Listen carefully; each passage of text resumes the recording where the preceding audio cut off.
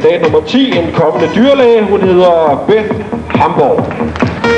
Vi befinder os på torvet i Herlev Indkøbscenter, og starten er gået for det første Miss Danmark show i år 2000. Men det er ikke et helt almindeligt show, vi skal overvære denne fredag eftermiddag. I år er det 75 år siden, at Miss Danmark for første gang blev kåret.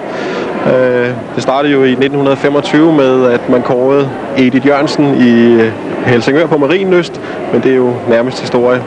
Nu er det år 2000, og det er tid til, at vi starter op på en ny turné, hvor vi skal finde år 2000 Miss Danmark.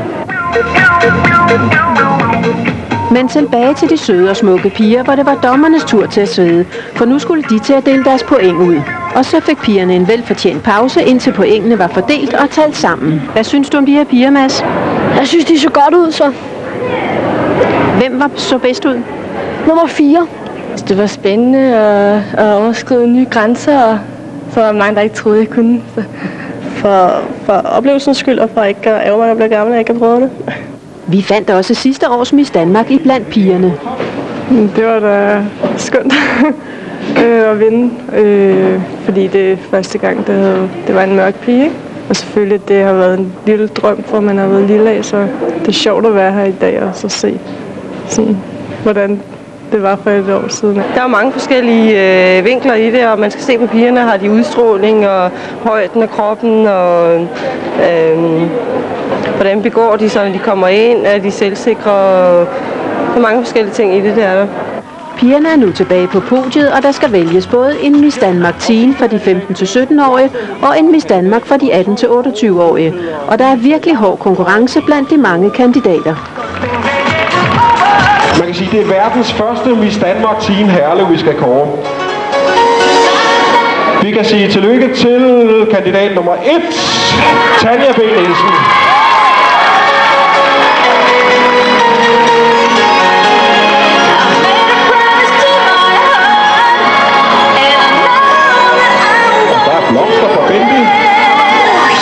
Og i Miss Danmark-konkurrencen blev Alfa Couture nummer 3, og blomsterne blev overrakt af sidste års vinder.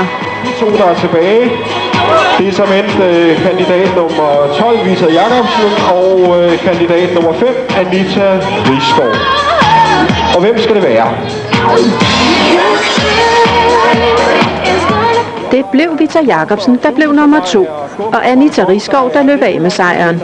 Og de skal så deltage i den endelige konkurrence om den landsdækkende titel til efteråret. Her at Miss Herlev står her og hedder Anita Risgaard, mine damer og herrer, kandidat nummer 5.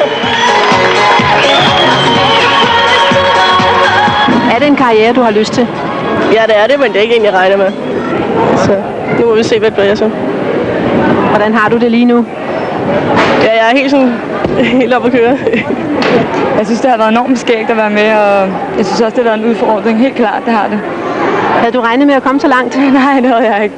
Det havde jeg helt klart ikke. Det var udfordrende, og det var i hvert fald en oplevelse værd. Ja, jeg var jo nok lidt nervøs, men jeg fik hjælp fra min veninde Stine, som så er fotomodel, og hun har så hjulpet mig igennem det, så det har været rart. Tillykke med det. Tak skal du have.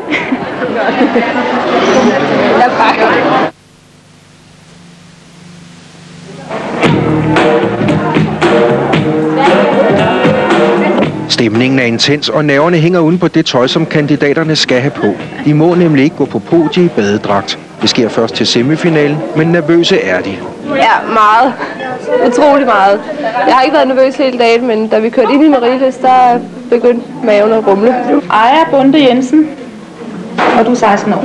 For første gang nogensinde er der 2 konkurrencer. Der er nemlig også en for teenager, og vi skal lige høre, hvad nummer Aya bliver. Sidst? Jeg regner i hvert fald ikke med at få en placering.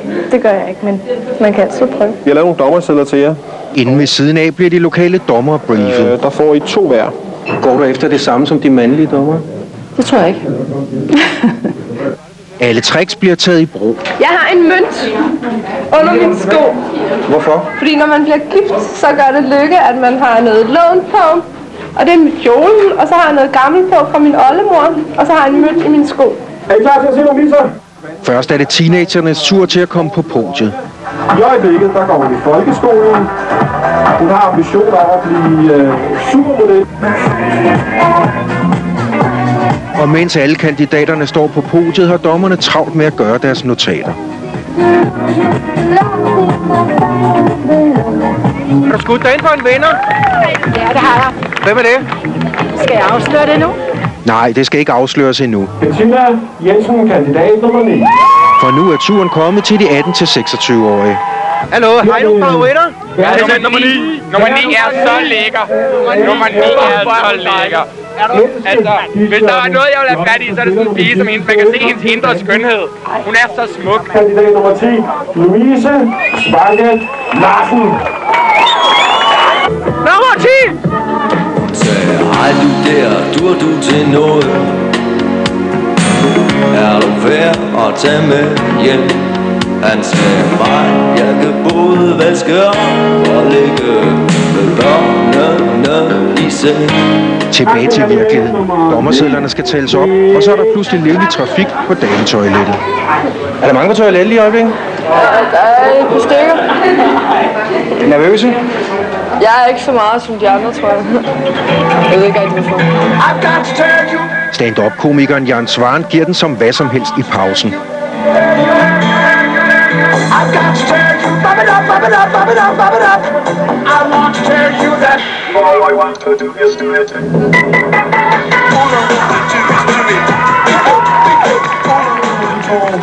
Og hvem var det så, der vandt?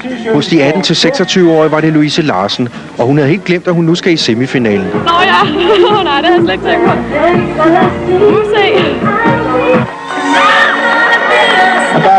Aya vandt hos teenagerne, men hvilken placering var det nu, hun mente, hun ville få før konkurrencen?